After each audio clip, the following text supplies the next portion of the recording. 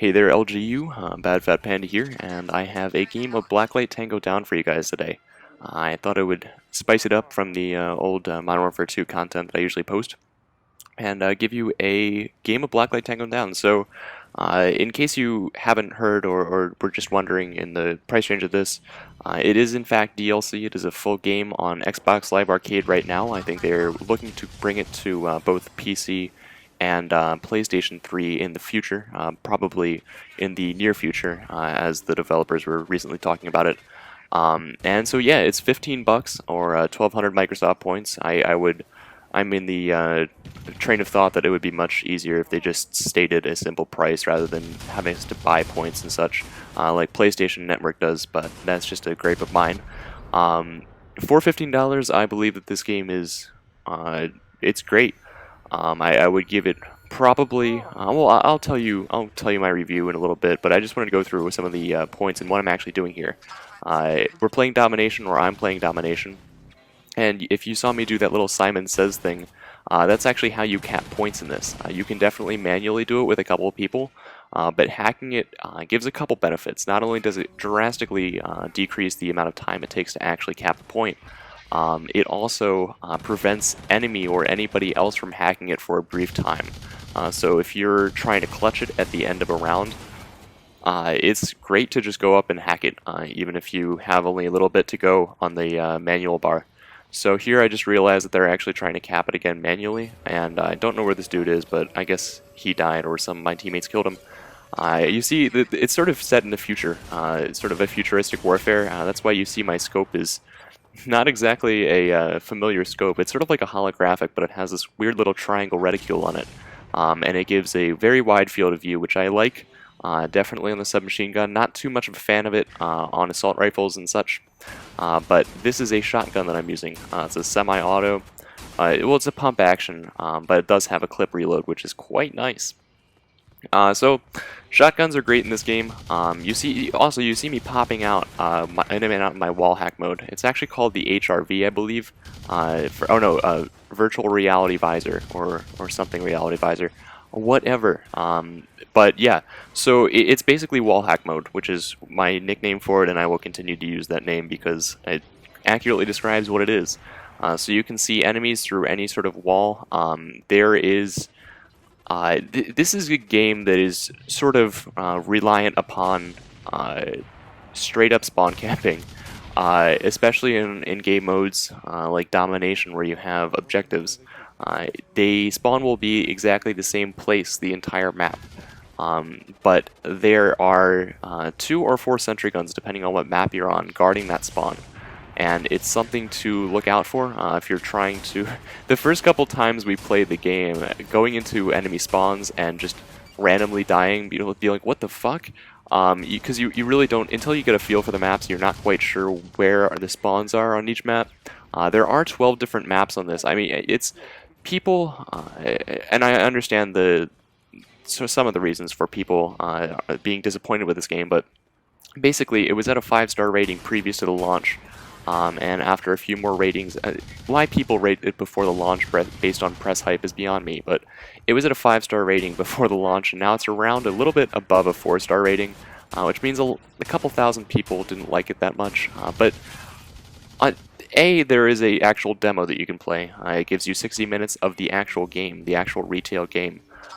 Which if you go download the demo and you like it, then definitely pick it up. It's only 15 bucks, and it costs as much as a Modern Warfare map pack. And it comes with 12 maps, so many different weapons, so many different weapon customizations.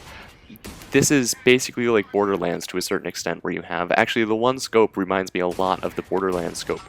One of the red dots that you get, and I like this game a lot. I think the customization adds a sort of personalization to affect the entire game that you don't really see in first-person shooters on the multiplayer side of things. Sure, Modern Warfare, you can make a bunch of different weapon designs and to a certain extent, like put a grip on it or such, but there aren't really that many combinations. Here, you have personalized weapon tags as well, and there are over 100 of those, and they are currently releasing more on their Twitter site. If you're not following them, I would highly suggest you do so.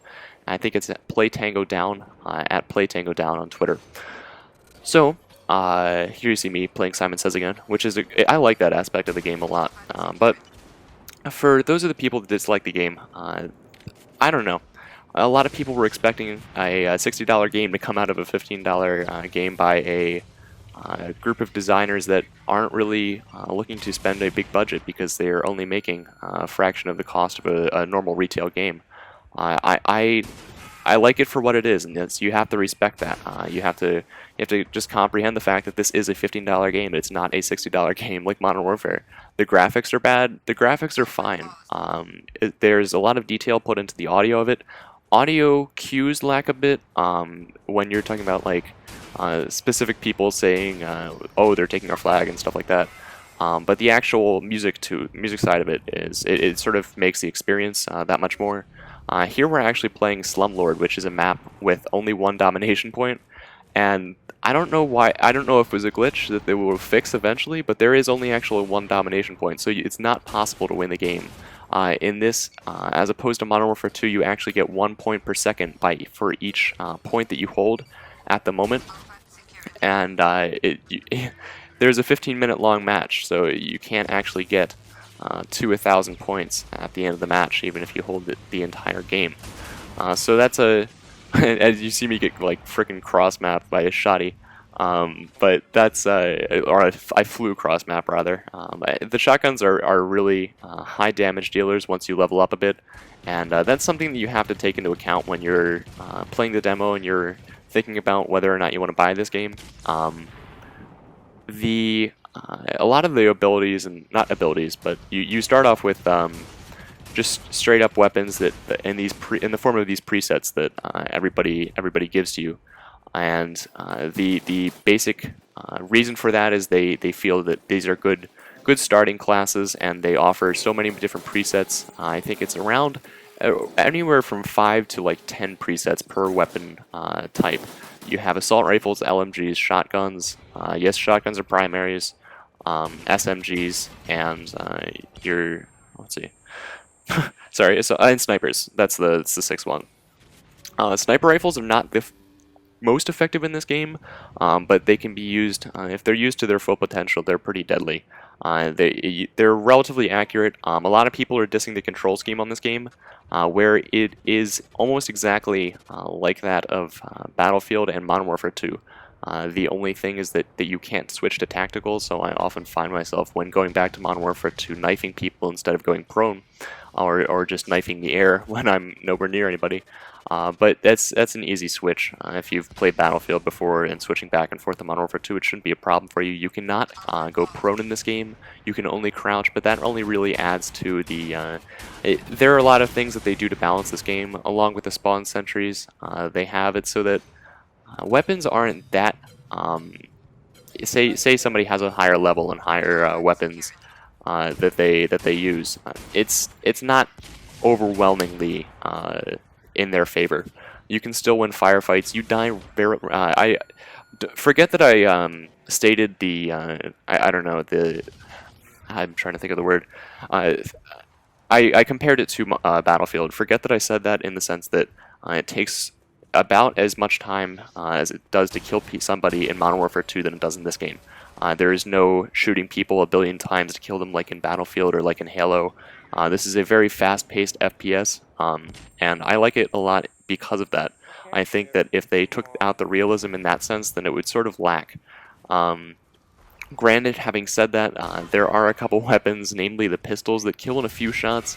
Once you get the revolver, though, I would highly suggest it because you can absolutely destroy people with the revolver. It's a one-shot kill to the chest and above, and it's quite fun to use. You can put scopes on nearly anything, and you can make each weapon your own, which is really cool. And I don't know, for 15 bucks, my commentary is coming to a close, but I would say for 15 bucks, if you have friends that play it, definitely go get it. I did find out the other day that everybody was griping that there was not a party system in the very beginning of us playing this game.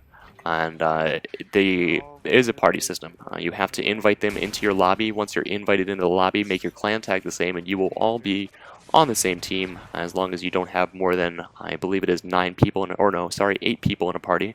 They feature 8 on 8 for a 16-member lobby.